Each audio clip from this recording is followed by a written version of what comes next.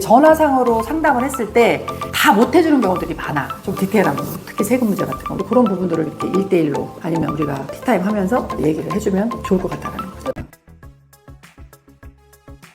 대표님, 세미나에서 이제 우리가 티타임으로 이름 변경을 했잖아요. 그때 어떤 주제를 또 다룰 것인가 궁금해하시는 분들이 많은 오늘도 신청자들하고 통화를 PJ 스튜디오 SM 스토리의 정선미입니다 라고 이렇게 이제 소통을 한단 말이야.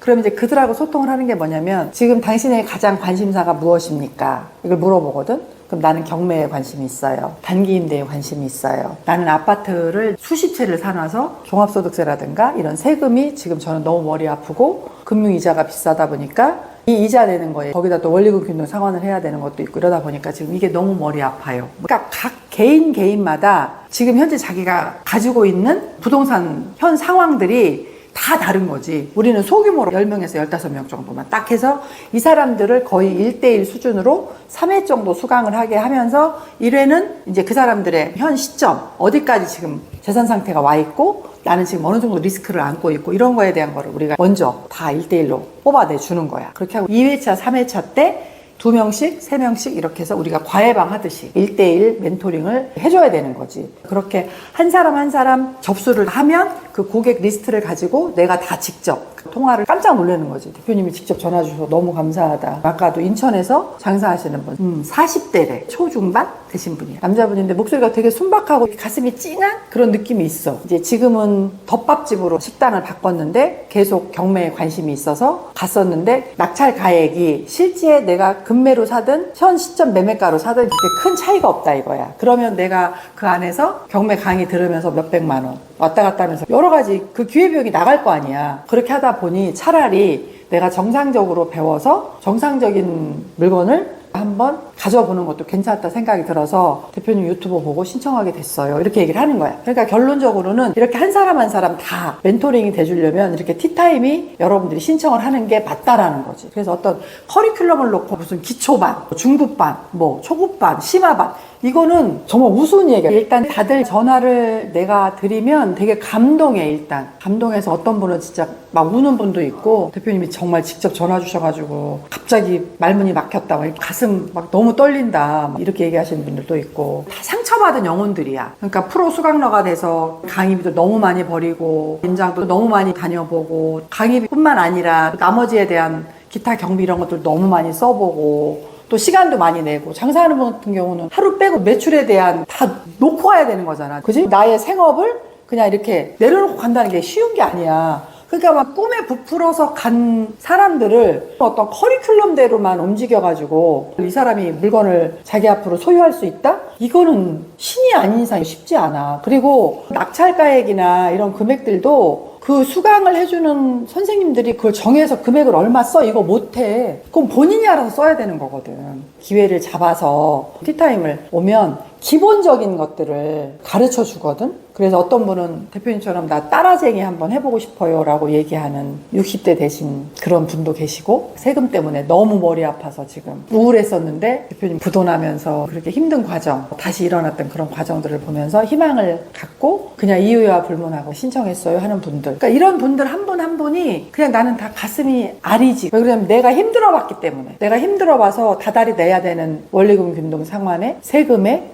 장사 하루 접어서 나도 식당을 해봤다니까. 도시락집을 내가 하루를 생업을 접고 어딘가를 가서 무언가를 배웠을 때 그 희망감이라는 거는 엄청나게 크게 있는 거야. 근데 결국은 내 걸로 못 만들고 부동산 냄새도 못 맡아보고 다시 또 원상태가 돼서 그렇게 한숨 짓고 있는 사람들이 이렇게 PJ 스튜디오로 와서 상담을 계속적으로 하고 있다라는 거야. 그래서 티타임에 많이 신청을 해주면 좋은데 우리가 받을 수 있는 고객들이 딱 15분 정도? 내가 컨트롤이 안 되니까 그렇다라는 얘기를 오늘은 해드리고 싶은 거야. 티타임에 경매 실전 낙찰 받을 사람들 이야기 조금 해줘야 되고 단기 임대 얘기 조금 해줘야 되고 또 제일 중요한 금융권 활용하는 거. 그러니까 대출 이자 다른 은행보다 조금 더 싸게 받을 수 있고 금리를 낮게 받아서 내가 활용해 볼 수 있는 이제 그런 강의가 포인트란 말이야. 근데 요즘에 제일 관심 있는 것들이 이제 단기 임대, 3, 4멘트도 그렇고 또 뭐 있냐? 여러분들이 아는 거? 리브 무슨 애니메이인가? 리브 애니웨어. 이거는 한 달 살기야. 그러니까 뭐 제주, 통영, 거제, 주로 이제 관광지, 뭐 회원이 한 2,000명 이상 이렇게 된대. 그래서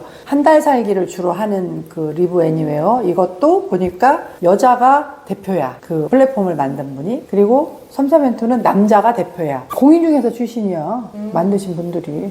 그래서 이런 리브 애니웨어나 삼삼엠투나 또 얼마나 재밌는 말들이 많은지 몰라. 낭만 달방. 그러니까 낭만 달방이야. 한 달방, 두 달방. 옛날에는 월세방 그랬잖아. 호텔에서 한 달 사시는 분들 보면은 그 현장 인부들. 우리 저기 바닷가에 펜션 있을 때도 보면은 국책사업 하니까는 막 6개월 살고 하잖아. 단기 임대 같은 거. 그러니까 이렇게 직장인들이 할 수 있는 파이프라인을 만들어서 제2의 소득원을 만들려고 하는 게 있다 보니까 단기 임대에 관심이 엄청 많아진 거야. 근데 우리가 볼 때는 워낙 경매를 원하는 경린이들이 많다 보니까 경매에만 관심이 있는 것 같지만 그렇지 않다라는 거지. 그러니까 대부분 보면 내가 오피스텔을 사거나 원투룸을 사거나 고시텔을 사거나 돈이 뭐 1억이든 1억 5천이든 2억이든 내 앞으로 등기를 갖고 와서 에어비앤비나 이런 걸 하려고 했었잖아. 근데 이제 이런 플랫폼들이 생기면서 이런 전대차 가능한 물건을 찾거나 아니면 원투룸이나 이런 빌라나 이런 것들이 지금은 직장인들 파이프라인의 연속성, 그래서 막 경매에도 관심 있고 단기인데도 관심 있고 하는 것처럼 사실은 이게 다 장점만 얘기해서 그렇지 단점도 무지하게 많거든. 1년 계약서 써가지고 1년을 놓든 2년을 놓든 이렇게 딱 임대를 신경 안 쓰고 원칙적으로 해도 중간에 나가는 사람들이 많아. 새로운 건물을 지으면 새로운 데로 가고 깨끗하게 리모델링 해놨으면 또 그런 쪽으로 가고 많단 말이야. 그런 경우도 말 그대로 방의 개수가 여러 개면 한두 개는 되는데 나머지는 또 공실이 생길 수도 있고 이런 단점에 대해서 얘기를 해주는 유튜버들은 많지 않잖아. 대부분 좋은 것만 얘기하니까. 그러니까 여러분들이 이런 것들을 조금 더 진중하게 깊이 파고 들어가 봐야 되는데 이제 경험이 많지 않다 보니까 그냥 뭐 500만 원 갖고 시작했어요, 1,000만 원 갖고 시작했어요 뭐 이런단 말이야. 근데 어쨌거나 하여튼 이런 것들이 에어비앤비라는 그 엄청난 플랫폼에서 어떻게 보면은 우리말로 새끼치기를 한 거야. 근데 그 에어비앤비 여기가 지금 거의 4조 이상의 시장이 형성이 됐다고 하거든. 전 세계적으로 시장이 커진 거지. 우리 때는 꼭 호텔만 갔잖아. 근데 호텔만 가지 않더라도 자국민들이 혜택을 받을 수 있는 것도 관광인들도 그만큼 혜택을 받게끔 만들어진 게 에어비앤비였잖아. 우리 같은 경우도 이제 호텔을 안 가고 에어비앤비를 갔단 말이야. 근데 지금 에어비앤비는 또 스페인에서도 그렇고 이제 에어비앤비를 아예 못하게 하는 그런 법이 생겼어. 그러니까 우리나라도 에어비앤비가 이게 불법이 많다 보니까 그리고 허가 조건이 까다롭잖아. 주변 인근에 다 동의를 얻어야 되고 구청의 허가를 맡아야 되고 요소들이 많아. 근데 단기 임대들은 아까 얘기한 대로 뭐 달방이든 뭐 사라바라든가 뭐 사라바라는 또 그런 플랫폼이 있더라고.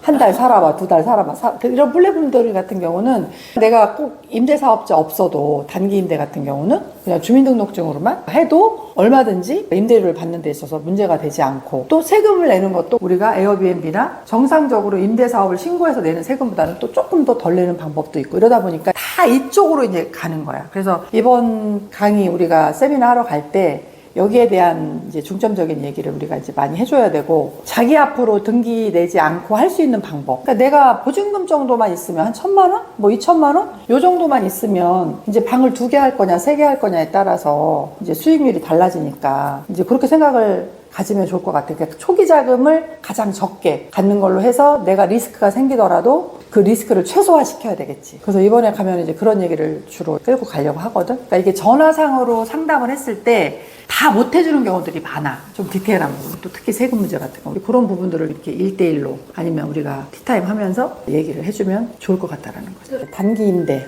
잠깐만. 있잖아. 여보세요? 네. 전화가 불나요. 어디까지 얘기했지?